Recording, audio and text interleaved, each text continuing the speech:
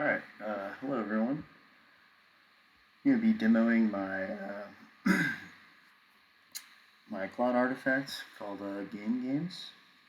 It's a gamified weightlifting gym tracker app. So as you can see, the first thing you see when launching the artifact for the first time, it offers you different pre-built training splits that you can choose between. And you have some pretty typical workout splits. Push-pull legs, you can do 3 days a week or 6 days a week. Upper, lower, full body, or kind of a bro split. Each of these have a drop down that tells you what muscle groups are hit in the different days. So chest, delts, triceps, pull days, back, rear delts, biceps. Each of the different muscle groups are color coded, and you can see the list of workouts for each of those. I'm going to select this one, but these are just these make it easier because it makes it to where you don't have to design the workout from scratch, but these obviously can be edited for your preference. You also have the option to skip for now. I'm going to go ahead and adopt this split. As you can see, it populates in this calendar here for the different workouts. Today, the workout will be pull day for hypertrophy focused. You also have the option to alter the different days and move them around. It's probably something I could improve in terms of the coloring there, but and then you can also go back to the screen and switch the split if you're not satisfied with this one. I'm going to go home. We have the option to launch that workout here. Well, I'm going to go home first, and as you can see, that workout pops up here. I'm going to click this, and as you can see, the different workouts and numbers of sets are already populated in here, color coded based on the body part that the exercise is targeting. It's pre-populated with the rep ranges, but you can edit those as you wish.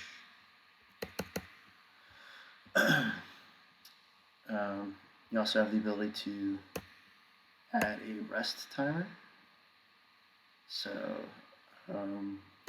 also you can add more detail to it if you want. So this stands for reps in reserve. So this is kind of a more advanced thing, but this essentially stands for how many reps to failure you leave.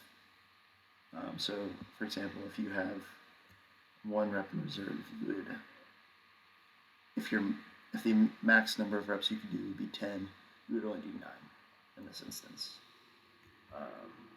But that's, yeah, we'll leave it there. Let's say dumbbell rows, we want to do 180. Actually, let's start with a warm-up.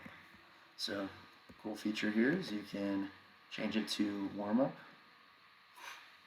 and then this will not be counted as like a working set. We're going to go ahead and log that one.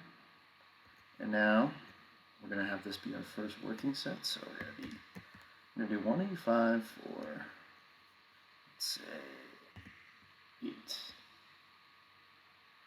And boom, that is our first PR. So 185 at 8 reps for dumbbell rows. Nice satisfying badge here for doing that. And we can add, okay, that was actually, we could have done probably 1 more there. So up in reserve. We can also add notes here, like great set, I don't know, really whatever you want, you can put in there. Alright, and then now we're going to do, let's say, 2, 5, 4, 6. And that's also PR because the way it calculates PRs is based on the, that's the best weight you did at that specific rep range.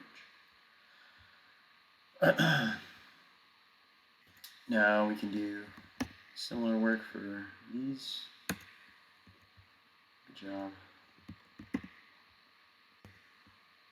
Yeah, the first workout you do, you're gonna hit a lot of PRs because obviously the PR before that is 0. Table rows.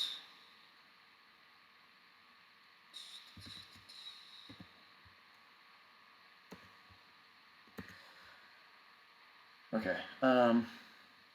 This is a pretty big workout. We also have the option to you can just leave sets empty or not completed, and then that will eliminate them. Maybe a good idea to add a delete button to just remove that set. We can also add extra sets if we wanted to. So if we wanted to add another one, do that here. This shows you how many sets that were planned have actually been completed.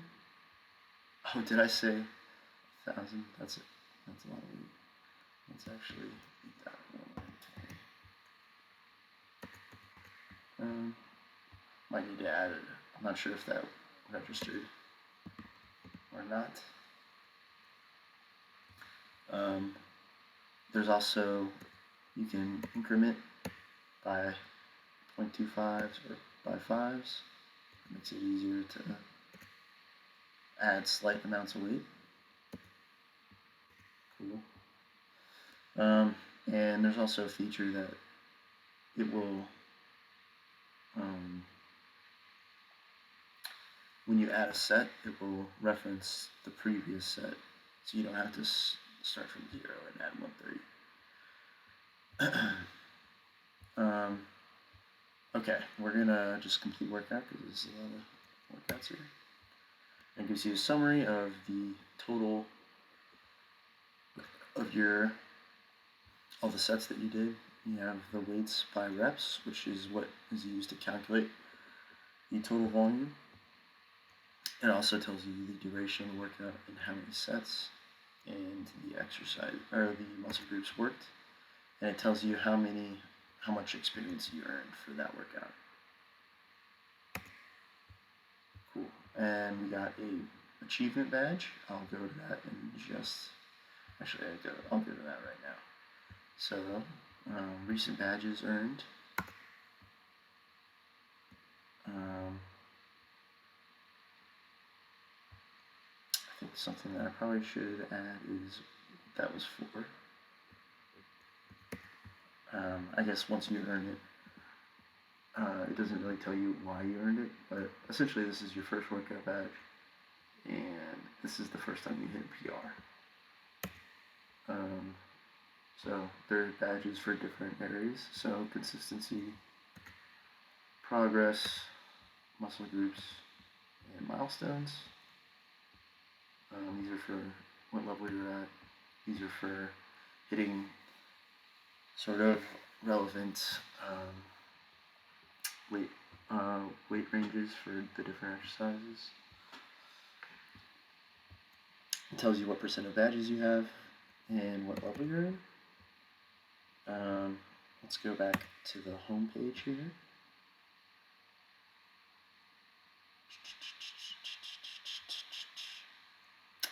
Okay, let's look at volume to demonstrate that. So this tells you how many sets you've done for back so far this week. It has sort of target goals for how many sets you should do. You can see those here, or explained here. Based on the literature that I was kind of researching, if you do 6 or less sets, you're probably just going to be at a maintenance level. 6 to 10 sets is that's good enough to stimulate growth.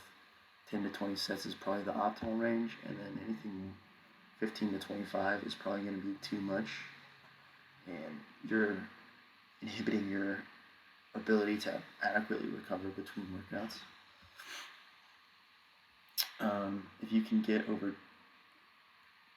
we probably won't be able to demo this in this video because I need to log multiple weeks to do that, but it'll show you how much volume you did week over week to sort of see that progression.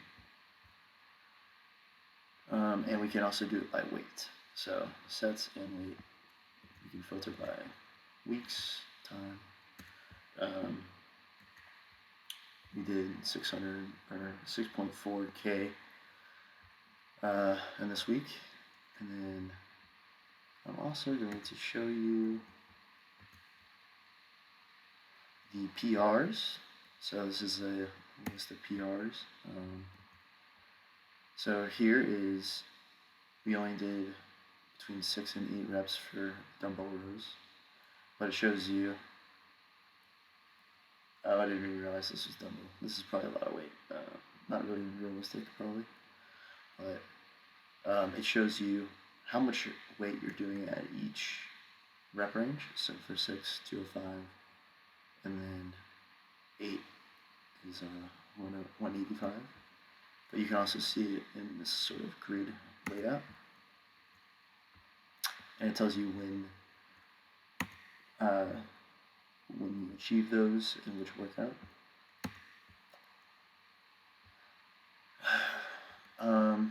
And so these are the ones that we've recorded an actual PR for, and you can sort by different muscle groups. Let me go back to the home page here. We also have the ability to do a quick start, so if you didn't want to use that preset template, you can just go in here and start adding exercises. I populated it with a library of different exercises that are available, and you can sort based on muscle group as well as the equipment that you want to use. So this might be different based on what is available to you.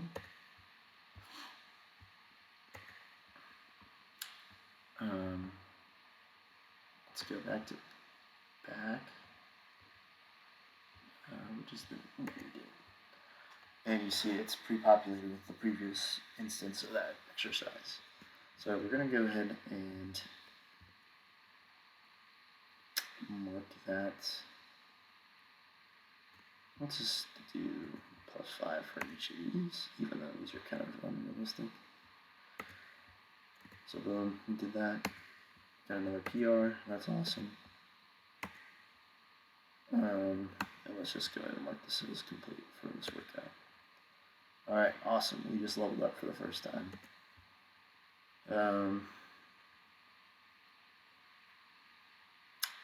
Yeah, this is the, so you get a certain amount of XP for completing a workout, completing sets, and you get a lot of experience for hitting PRs, because that's what really you want to see in terms of how you mark progress. If you're progressing, you're gonna hit a PR, or if you're hitting PRs, that's proof that you're making progress.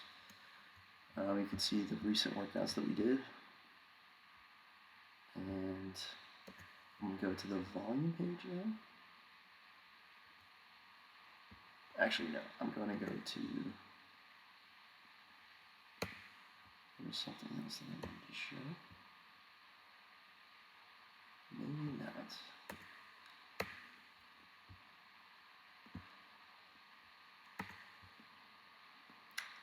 And then you can also access the library here, and you can add custom exercises where there's something else, like a landmine press, that probably hits your front delts. You can also add the secondary muscles that it hits, so maybe chest as a secondary exercise, or a secondary muscle group. You can add as many as you want, really. Probably hits a little bit of abs, and you need a barbell for that. Oh yeah, you need to type that in there. And we can add that, and then now we'll be able to see the exercises that we added to our library, and we can put those in our workouts. We also have, so when you select one of those splits, all the templates that are used to make that populate in here, but you can also make your own template. So if you wanted to do one for arms, we can come in here, hit biceps, barbell curls, triceps. You could probably do more than just those two, but for now that's fine. And you can create a template, and then now you can add that to your thing here. And you can also add that template into your split. So now you have no rest day, but yeah, this is I'm pretty impressed with how much detail I was able to capture in the Claude artifact, and this is actually an app that I would be pretty interested in using because of the way that you can, one, track progress and easily do it in a workout, log it during your workout, and track your progress week over week. And it's very customizable for whatever starting place that user is at. Yeah, and the gamification, I think, just adds a little bit more fun and it makes it a little bit more engaging.